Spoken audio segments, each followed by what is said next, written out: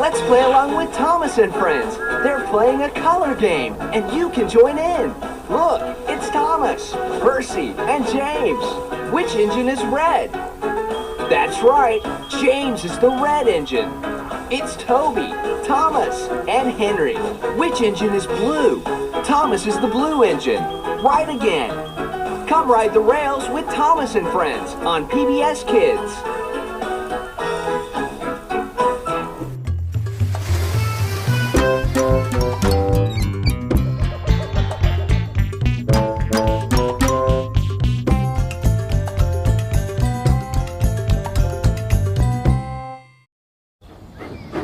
Thomas and Friends is made possible in part by contributions to your PBS station from viewers like you.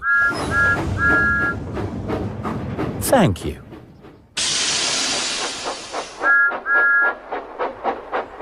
Thomas and Friends, making tracks to great destinations.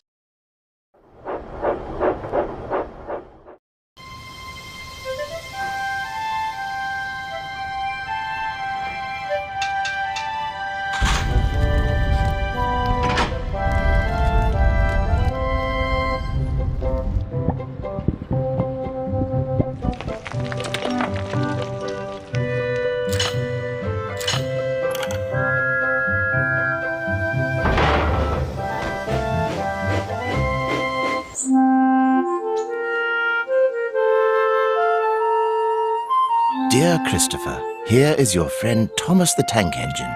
He wanted to come out of his station yard and see the world.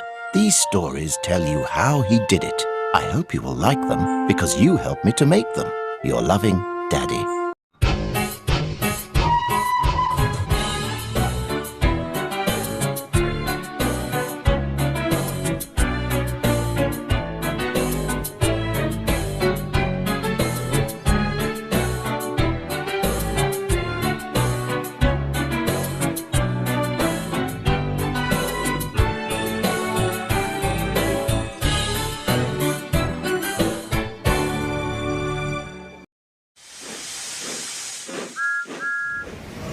Percy would not stop teasing Thomas about the time he tried to move out without his driver and ended up in the station master's dining room. How rude of you it was to interrupt their breakfast, Percy laughed. Shut up, soothed Thomas. It wasn't me, it was that careless cleaner meddling with my controls. Percy only chuckled. He knew the accident wasn't Thomas's fault, but thought it very funny. The station master was away while his home was being repaired, and another came in his place. Percy loved trading jokes with the station master, but found that the new one did not have a good sense of humour. "I don't have time for your follies," he said severely one morning. "We have timetables to keep, and our passengers must not be disappointed." The new station master did keep to the timetables and kept to them almost too well. Even if an engine was only a minute late, they were certain to hear about it. The station master called the engines disobedient, which made them cross. "I'm tired of the new station master pushing us around," Percy said one afternoon. "I'd like to give him a piece of my mind." Thomas and Toby shared a look of reluctant agreement. "It won't be much longer before the old station master returns," Toby said finally. "Just wait and see." But the three of them were secretly afraid that things wouldn't get better. One morning, Percy was bringing passengers on holiday up the branch line to the junction. They would then be taken to the canal to enjoy the day on the water. They were making good time, but Percy felt hot and bothered. "I feel like I'm straining," he said to his driver. "I don't feel well at all." "Only a little further, Percy, and then you'll have a good rest. We can't be late or the station master will be cross." But then it happened. He felt a sharp pain in his side, and he screeched to a stop just beyond the bridge, smoke billowing out of his cab. "Oh, oh, oh," he cried. His driver and fireman scrambled to shut off steam. "One of your pipes is leaking," said the driver. "We'll have to take you to the works to mend it. In the meantime, we'll have to wait here for another engine." This made Percy sad. "We can't stop now. We've got to get the passengers to the station," Percy said sadly. "Can we please try?" The driver looked at the fireman and after a while reluctantly nodded. "It's risky. It's not very far, so we'll have to go slow." Percy smiled. They built back up enough steam to get Percy moving, but it was hard work. Steam leaked back into Percy's cab, but he struggled on, yard by yard. The passengers were impressed and cheered Percy on.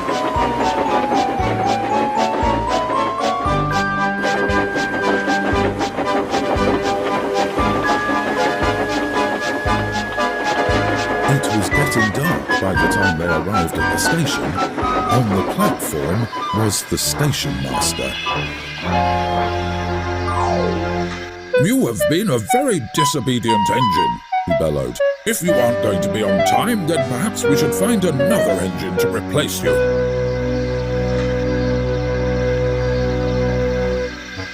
Then the passengers clambered out of the coaches in protest. "Percy saved the day," they said. "He broke down but kept on going, no matter how bad he felt." The station master held up the timetable to explain, but he was drowned by the chorus of passengers. "Bother your timetables, we wouldn't have gotten here at all if not for Percy." And they gave the little green engine 3 cheers.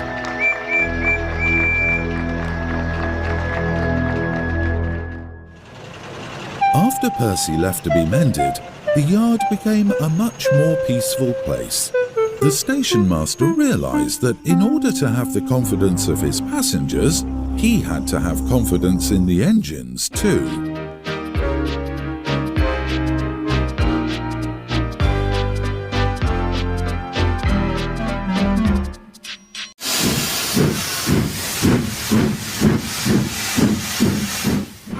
What a lovely day it is. Don't you agree, Percy? I agree. It's more lovely than a strawberry ghetto. Oh no, look who it is. Smelly black box. Hello. What are you doing here? I'm afraid that green friend of yours, Henry, is away at being ended. Sometimes he's over. Oh no! Yes. Now, if you'll excuse me, I have to shovel my truck. We'll see about that. What do you mean? You'll see. Right, that's all my truck shunted. Thomas, what's he going to do now? See that truck in the middle over there? Yeah? What about it? Look at it. You're right, that truck definitely needs oiling. No, look.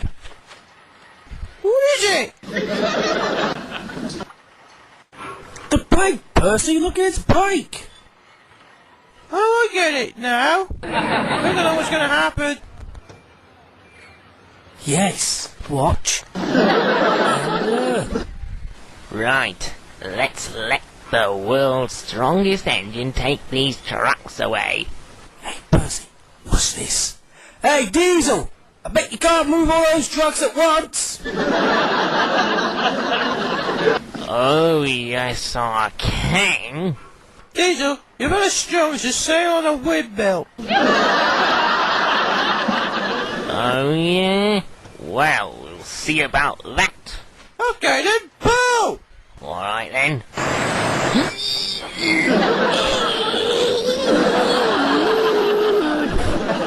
What? Oh, Diesel, did I mention you were going the wrong way? Right. That's the last straw. Percy, do you see any straw? Shut up. I thought you were strong, Diesel. I am. Well, prove it then. Okay then. Heave. Oh! Ouch!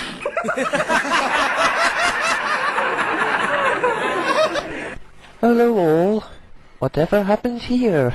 Got into a bit of trouble, Aunt Diesel? I don't want to talk about it. Henry? Do you think you can pull all those trucks together? Of course I can. Just you watch.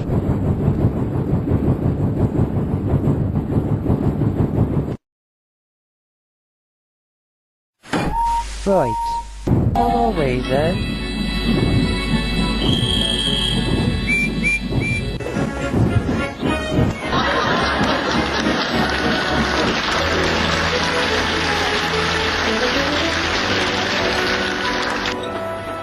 Hip hip hooray! Hip hip hooray! Hip hip hooray!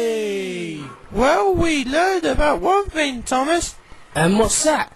Henry is the world's strongest engine on the Fat Controller's railway. Thomas, can I ask you something? Yeah? What's that? Who's the strongest? Flying Scotsman or City of Truro? Percy, that's an easy one. The strongest engine is... Yeah, that is a very good question.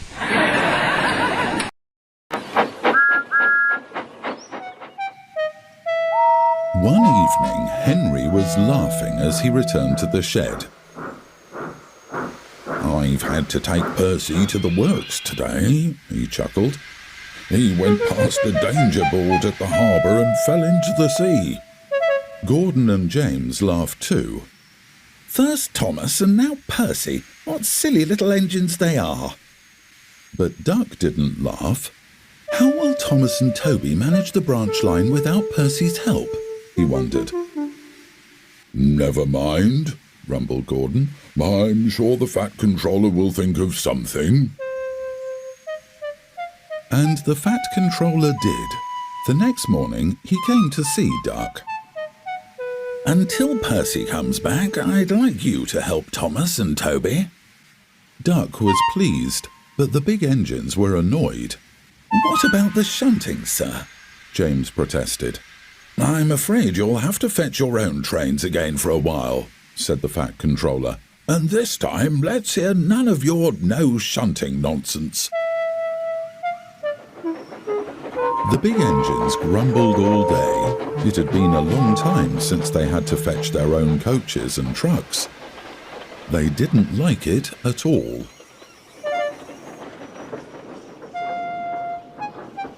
"Bother that Percy," hissed Henry. "Fancy being so careless." "If only there was a way to bring Duck back sooner," grunted Gordon. Then James had an idea.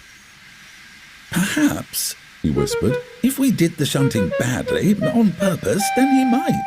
We'll just pretend that we've forgotten how to shunt, that's all." Gordon and Henry thought that was a good idea. The next day, the big engines did their work as badly as they could. The yard was in a mess, trains ran late, and the passengers were not pleased. Neither was the Fat Controller. At the end of the day, he spoke severely to the big engines. I can see why tender engines don't shunt. You've forgotten how to. We were sorry, sir, said Gordon. Things were so much better when we had someone else to fetch our trains.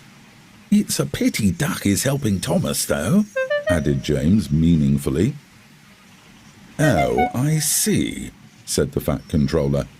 In that case, I'll find someone else to look after the yard. Gordon, Henry and James grinned at each other. But the next morning there was a surprise waiting for them. Good morning, said Toby. The Fat Controller has sent me to help you. But, spluttered Henry, but what about Duck?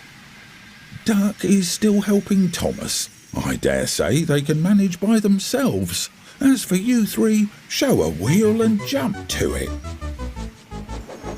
For the next few days, Toby kept the yard in good order. He was slower than Duck, but he stood for no nonsense. Henry, James and Gordon couldn't do anything without Toby knowing about it.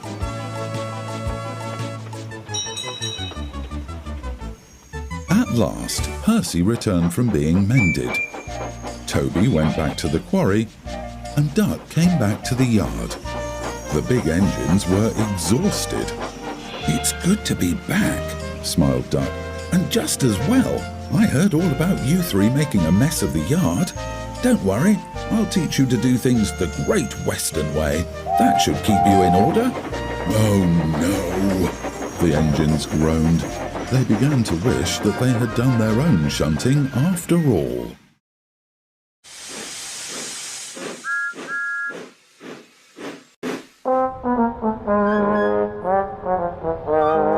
Thomas and Percy have to move some troublesome trucks.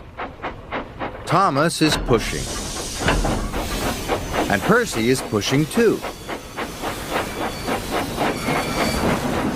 But the troublesome trucks are going nowhere. Can you see why?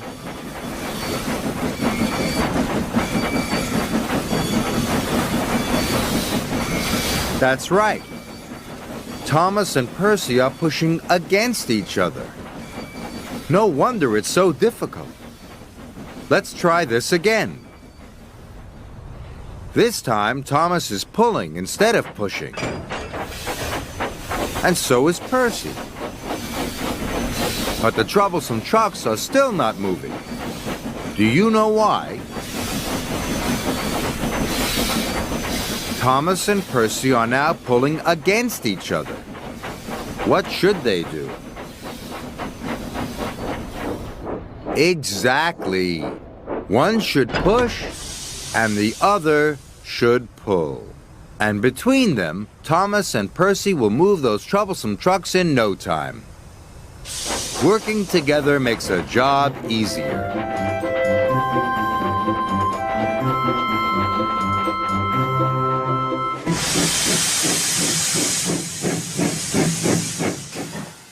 Each engine on the island of Sodor looks different.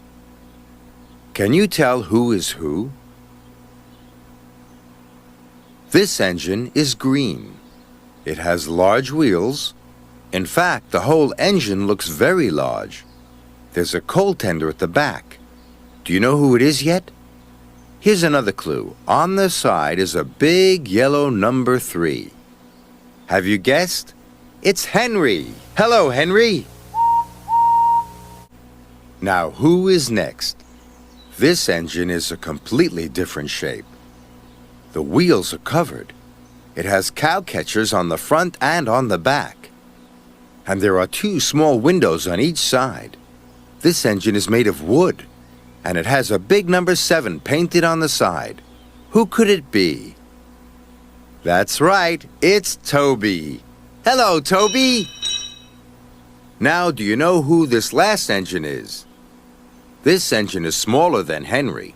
It has flat water tanks on each side, painted in a beautiful bright blue, with bright red stripes. Can you guess who it is? There are wheel arches at the front, and a tall black funnel, and a big yellow number 1. Who is number 1 on Sir Topham Hatt's railway? It's Thomas. Hello, Thomas. Thomas, Toby, and Henry all look very different, but they're all really useful engines.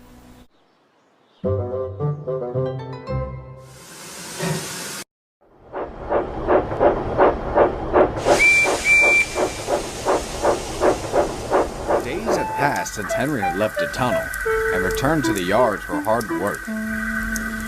Sir Topham Hatt was pleased with Henry's determination, but found him to still have a fear of the rain. "It's only water," he would tell Henry. "I know that, sir, but I'm more afraid of the storms. There's no telling what they could do." James, the red tender engine, would often tease Henry back at the sheds for his fears. "After all that, you're still afraid of a few drops of rain," he'd say. "If the rain washed away your green paint, being painted red wouldn't look too bad on you. On second thought, you put me in a bad light. I'd look less splendid because of you." "Say what you will," said Henry, "but one storm can cause massive confusion and delay." James just scoffed smugly. "Please! No rain is going to keep me from doing my job." He then puffed away to collect the express. The other engines, including Gordon, were unamused.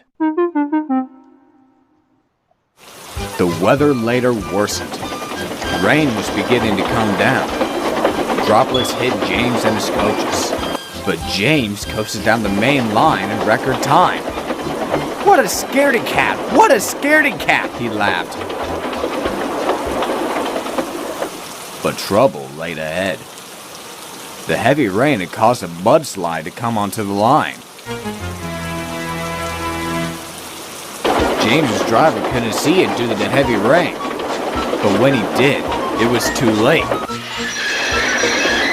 He applied the brakes, but the heavy coaches and the slippery rails only made James slide and slide.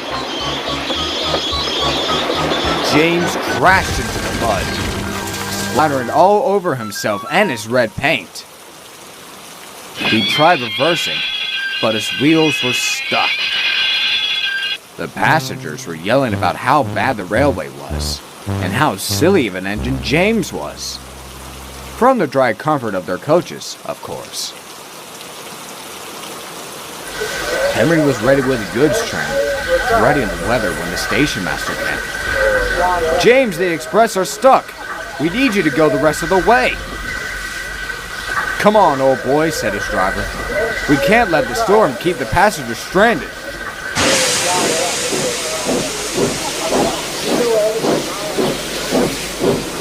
Henry later arrived to see James in the coaches. Now he had a laugh.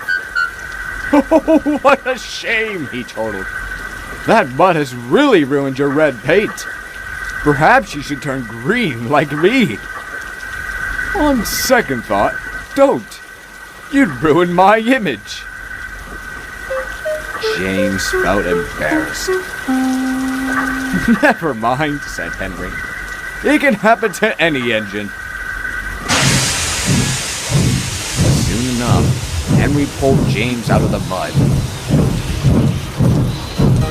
and took him and the coaches down the main line.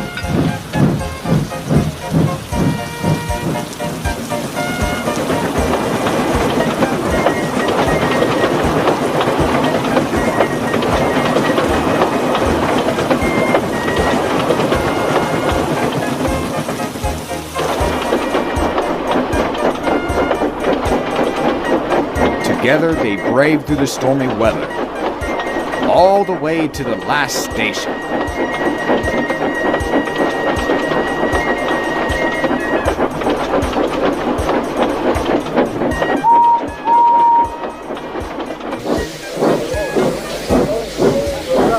James was humbled. "I'm sorry for teasing you. You're splendid, Henry." "That's all right," smiled Henry. I'm just happy that even on stormy days, I can be really useful.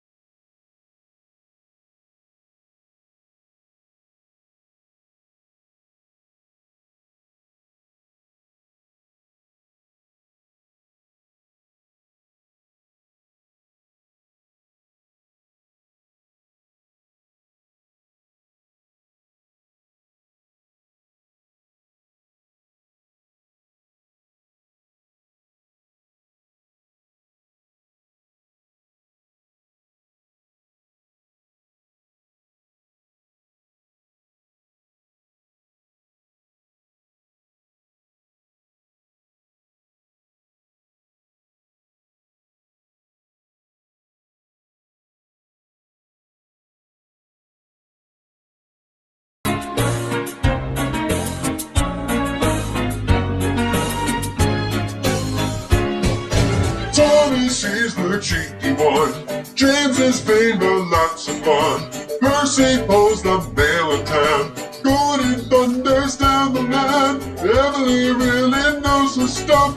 Henry toots and Edward puffs. Rebecca and Nia are new there. And Toby, he is wise and square.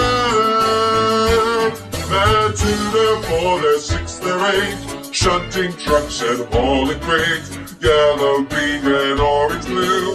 They're a really useful crew, and all with different roles to play around in the shed or far away, and down the hills and round the bends. Thomas and his friends.